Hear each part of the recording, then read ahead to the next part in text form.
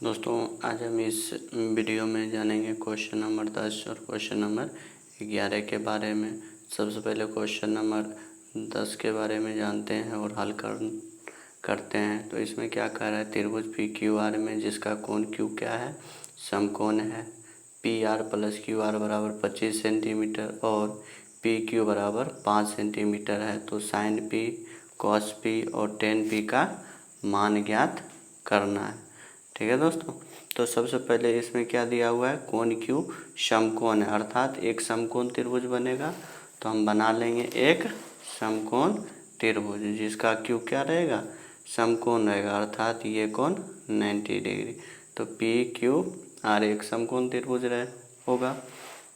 और इस क्वेश्चन में दिया हुआ है, तो क्या दिया हुआ है, तो इस क्वेश्चन में दिया हुआ है P R plus Q are बराबर 25 सेंटीमीटर और पी क्यू बराबर 5 सेंटीमीटर। इसको हम सबसे पहले लिख लेंगे।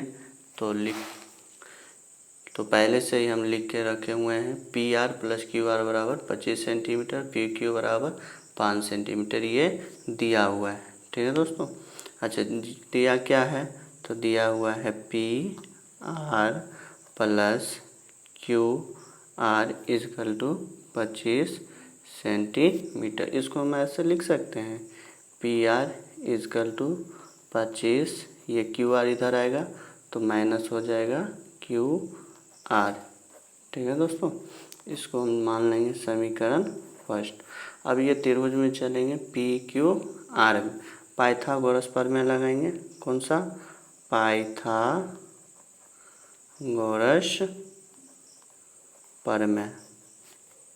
पाइथागोरस प्रमेय से, पाइथागोरस प्रमेय क्या कहता है, तो पाइथागोरस प्रमेय कहता है बड़ी भुजा अर्थात कर्ण का स्क्वायर बराबर लंब का स्क्वायर प्लस आधार का स्क्वायर। ठीक है, तो इसमें हम क्या लिख सकते हैं, तो लिख सकते हैं पी आर इसका स्क्वायर बराबर लंब का स्क्वायर आर क्यू इसका स्क्वायर प्लस क्यू पी या पी क्यू। तो हम लिख सकते हैं पी क्यू इसका स्क्वायर। ठीक है दोस्तों, ये हम लिख सकते हैं। यहाँ से यदि हम पी आर का मान निकालते हैं तो पी आर इजकल टू, ये रूट में आ जाएगा, तो रूट में क्या आएगा, तो रूट में आएगा आर क्यू इसका स्क्वायर प्लस पी क्यू का स्क्वायर। ठीक है, तो इसमें हमारा मान एक दिया हुआ है पी क्यू इजकल टू 5, तो पी क्यू के जगह हम कितना रख देंगे, 5 को रख देंगे। तो P R equal to root under R Q इसका स्क्वायर प्लस पी क्यू का मान कितना है, 5 है, तो 5 का स्क्वायर। ठीक है, तो इसको जब हम हल करेंगे तो क्या निकलेगा, आर क्यू इसका स्क्वायर 5 का कितना होता है 25, अर्थात P R equal to root under R Q का स्क्वायर प्लस 25। ठीक है, इसको मान लेंगे समीकरण सेकेंड। अब समीकरण और फर्स्ट में देखते हैं, तो फर्स्ट और सेकेंड में देखने पर क्या मिल रहा है, तो एल एच एस यानी दायां पक्ष इसका बराबर है एल एच एस। ठीक है, बराबर है, तो इसका ये बराबर हो गया, तो ये भी क्या होगा, बराबर होगा, अर्थात बायां पक्ष बराबर है तो दायां पक्ष भी बराबर होगा। इसको हम इस प्रकार लिख सकते हैं, समीकरण फर्स्ट तथा समीकरण किसे, सेकेंड से। फर्स्ट तथा सेकेंड से चलेंगे तो हमारा मान क्या निकल जाएगा, तो निकल जाएगा 25 minus Q R, 25 minus Q R equal to root under R Q का स्क्वायर प्लस 25 का 25 हो जाएगा। अच्छा, हम क्या जानते हैं, रूट इधर कब आता है, जब इधर से स्क्वायर हटता है, तो इधर से रूट हटाएंगे तो इधर स्क्वायर आ जाएगा। तो हम लिख सकते हैं क्या, 25 माइनस क्यू आर का whole square equal to R Q का स्क्वायर प्लस में 25। ठीक है, चलो आगे चलेंगे। तो ये आ गया ए माइनस बी का होल स्क्वायर। हम लोग क्या जानते हैं, ए माइनस बी का होल स्क्वायर क्या होता है, तो a square minus 2ab plus b square. इसको हम लिख सकते हैं 25 का square minus 2ab 2 into 25 into Q R, ठीक है, प्लस क्यू आर का होल स्क्वायर। लिख सकते हैं, इधर है आर क्यू, इसको हम क्यू आर भी लिख सकते हैं। आर क्यू को हम क्या लिख सकते हैं, क्यू आर भी लिख सकते हैं, प्लस में 25। ठीक है, अब आगे इसको हल करते हैं। 25 का स्क्वायर होता है 625। इसको हल करेंगे, 25 दूनी 50 क्या Q R plus Q R का होल स्क्वायर बराबर क्यू आर का स्क्वायर प्लस में 25। ठीक है, क्यू आर को इस साइड लाएंगे तो क्या हो जाएगा, और 25 को फिर इसी साइड लाएंगे तो ये आ जाएगा 625। ये माइनस 50 क्यू आर है ना, इसको बराबर के उस पार ले जाएंगे और इन दोनों को बराबर के इस पार लेके आएंगे। तो इधर हो गया 25, इधर है क्यू आर का होल स्क्वायर, ठीक, ये इधर आएगा तो माइनस क्यू आर का स्क्वायर, ये इधर आएगा तो माइनस 25 बराबर में ये 50 को इधर लेके जाना है 50 क्यू आर। ठीक है, चलो ये प्लस में ये माइनस में कट जाएगा तो 625 और माइनस 25, जब इसको माइनस करेंगे तो कितना होगा 600 बराबर में 50 क्यू आर, 50 इसके साथ गुणा में इधर आएगा तो भाग में 50 क्यू आर। ठीक है, जब इसको हम काटेंगे 0 0 कट जाएगा, 12 बचे 60, अर्थात क्यू आर इजकल टू कितना 12 सेंटीमीटर। ठीक है, अब ये क्यू आर का मान समीकरण फर्स्ट में रख देंगे, किसमें, समीकरण फर्स्ट में। समीकरण फर्स्ट क्या है, पी आर बराबर 25 माइनस क्यू आर। तो हमारा क्यू आर का मान कितना आ गया है, तो 12। तो क्यू आर जब इसमें रख देंगे तो पी आर का मान आ जाएगा। तो यहाँ से हम लिख सकते हैं Q R equal to 12 centimetre. किस में रखना है, तो समीकरण फर्स्ट में रखने पर। ठीक है दोस्तों, समीकरण फर्स्ट क्या है हमारा, तो पी आर बराबर 25 माइनस क्यू आर। तो P R equal to 25, Q R का मान 12। ठीक है, 25 में से जब हम 12 को माइनस करेंगे तो कितना हो जाएगा 13 सेंटीमीटर। अब हम लोग चित्र से चलेंगे तो चित्र में देखेंगे हमारा एक पी क्यू मान दिया हुआ है। तो पी क्यू का मान कितना दिया हुआ है, तो पी क्यू मान दिया हुआ है 5, पी क्यू हो गया 5 सेंटीमीटर। उसके बाद पी आर कितना आ गया 13 सेंटीमीटर, ये 13 सेंटीमीटर है, और क्यू आर का मान कितना है 12, क्यू आर बराबर 12 सेंटीमीटर। ठीक है दोस्तों, और इसमें हम लोगों का मान क्या पूछा गया है क्वेश्चन में, तो क्वेश्चन में मान पूछा गया है साइन पी, कॉस पी और टेन पी का मान। ठीक है, किसका किसका मान पूछा गया है, तो साइन पी,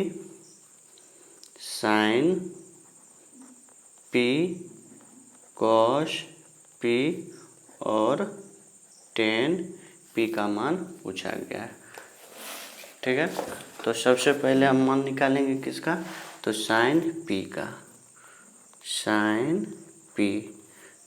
ठीक है, तो साइन पी में क्या दिया हुआ है, तो साइन पी अर्थात इस कोण के बारे में बात हुआ, तो लंब बटे कर्ण अर्थात 12/13 हम लिख सकते हैं क्यू आर हम बटे में पी आर, किसका मान साइन पी।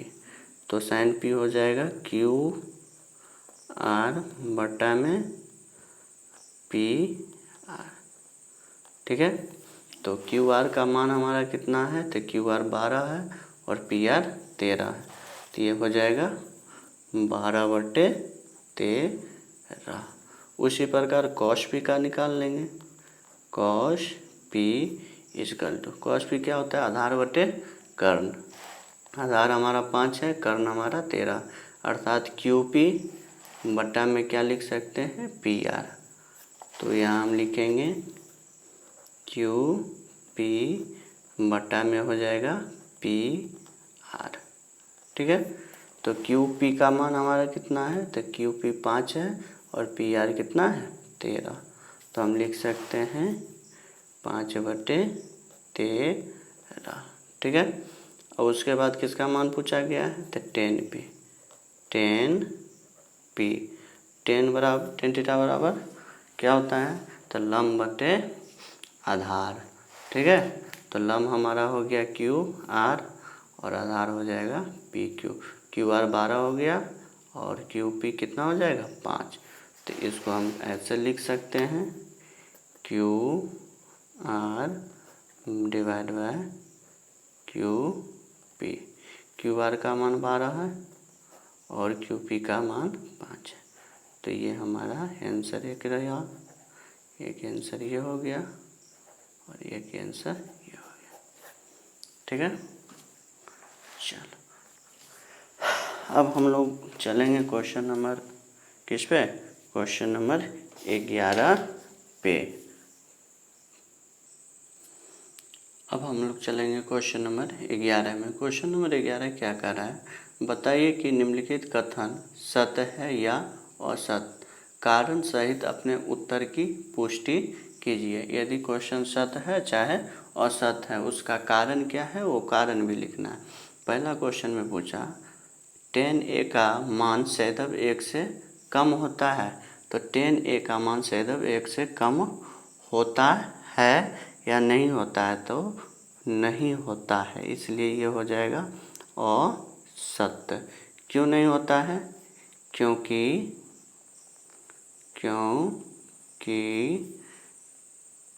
10a का मान 0 से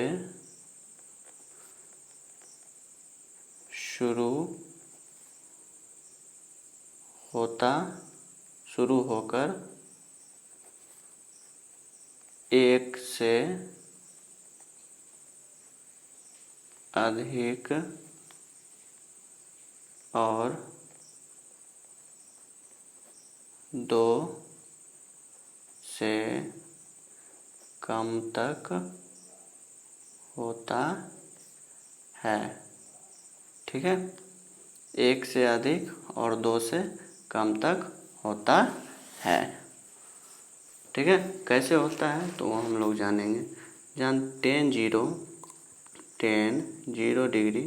tan 0 डिग्री का मान होता है 0। ठीक है दोस्तों, उसके बाद tan 30 डिग्री का मान होता है 1/√3। ठीक है, उसके बाद tan 45 का मान होता है 1। ठीक, तो हम लोग क्या देख रहे हैं, 0 का 0, फिर 0 से बढ़ा 30 हुआ तो मान बढ़ गया, 45 हुआ तो 1 हो गया। ठीक है, उसी प्रकार जब tan 60 होता है तो इसका मान क्या हो जाता है, तो tan 60 का मान हो जाता है √3, अर्थात 1 से ज़्यादा। ठीक है, उसके बाद tan कितना 90, tan 90 हो जाता है अपरिभाषित। ठीक है दोस्तों, इस प्रकार हम कह सकते हैं कि tan a का मान क्या, तो tan a का मान 1 से कम नहीं 1 से ज़्यादा भी होता है, इसलिए हमारा पहला क्वेश्चन क्या हो गया, असत्य। अब दूसरा में क्या पूछा, तो दूसरा में पूछ रहा है कोण a के किसी मान के लिए sec a बराबर 12/5 होता है। तो हम लिख सकते हैं, तो हम क्या लिख सकते हैं, तो हम लिख सकते हैं सत्य। हमारा दूसरा क्वेश्चन क्या हो जाएगा, तो दूसरा हो जाएगा हमारा सत्य। ठीक है, सत्य है। क्यों सत्य है भाई, तो सत्य इसलिए है क्योंकि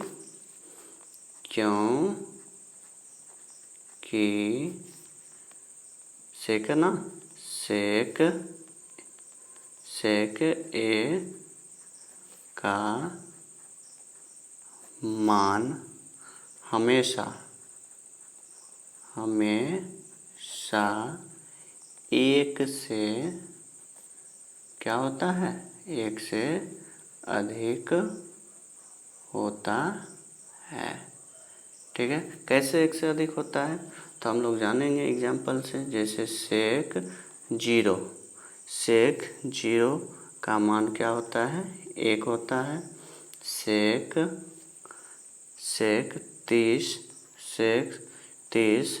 30 का मान होता है 2/√3। ओके, उसके बाद होता है सेक इसका 45 का, ये मान हो जाएगा √2। उसके बाद आगे होता है सेक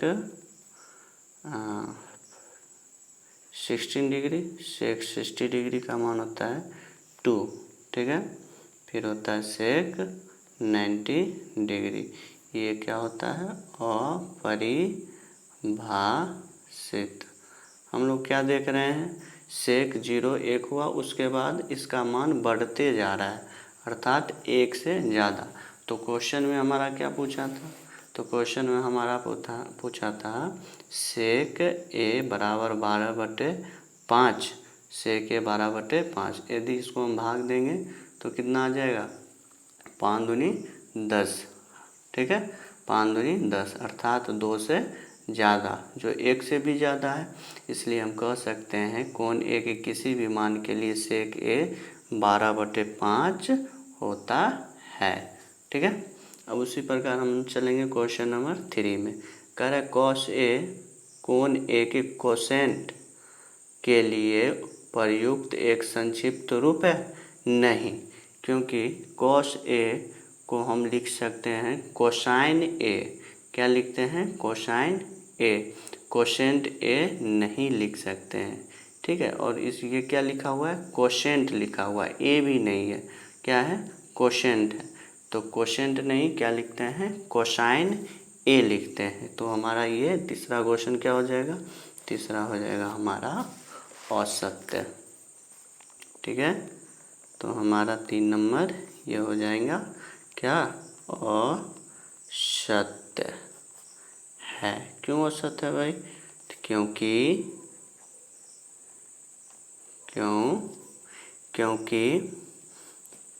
कॉस ए कोसाइन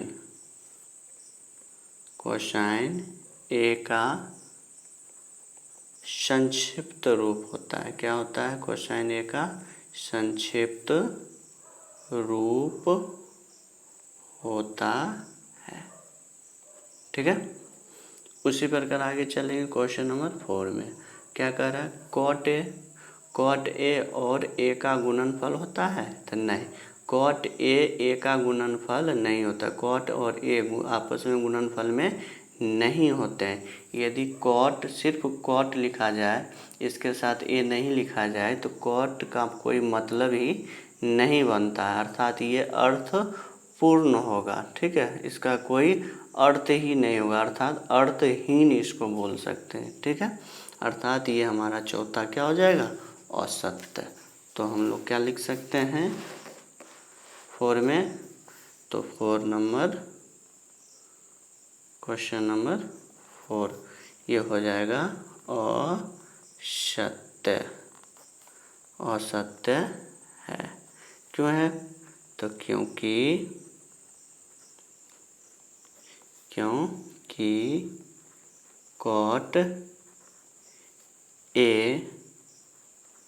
कॉट और ए का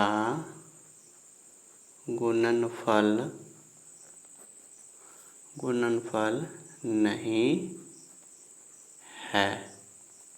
ठीक है, क्योंकि या ऐसे लिख सकते हैं कॉट को ए से पृथक यानी अलग कर देते हैं, पृथक कर देने पर यह क्या हो जाएगा, तो यह हो जाएगा अर्थहीन, मतलब कोई अर्थ ही नहीं इसका होता है, तो ये अर्थहीन हो जाता है। ठीक है, चलो अब हम चलेंगे क्वेश्चन नंबर किसमें, तो 5 में। कह रहा है किसी भी कोण थीटा के लिए साइन थीटा बराबर 4/3, तो नहीं, साइन थीटा बराबर 4/3 किसी भी थीटा के लिए नहीं होता है। क्यों नहीं होता है, तो इसके बारे में आगे लिखना है इसमें क्वेश्चन नंबर किसमें, 5 में। तो क्वेश्चन नंबर 5 हो जाएगा हमारा असत्य है। असत्य है क्यों है भाई, तो क्योंकि साइन थीटा का मान 1 से अधिक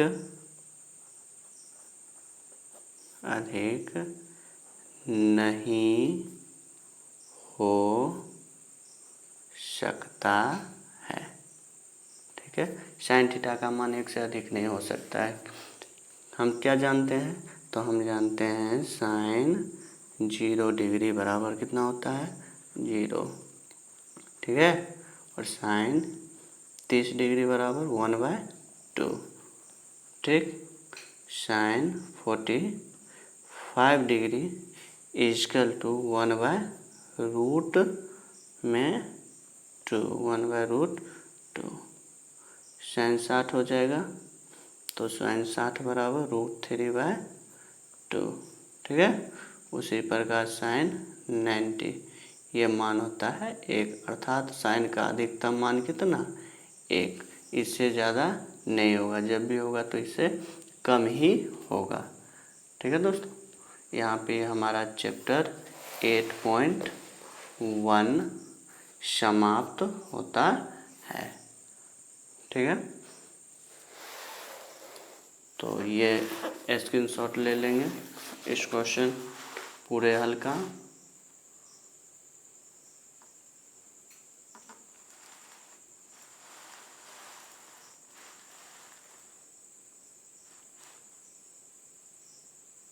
ठीक है, चलो अब आगे का चैप्टर आगे वाली वीडियो में आएगी। यदि वीडियो अच्छी लगी तो लाइक शेयर और सब्सक्राइब ज़रूर करें, अपने दोस्तों के बीच ज़रूर शेयर करें, और जो भी प्रॉब्लम हो कमेंट करें और पूछ लें।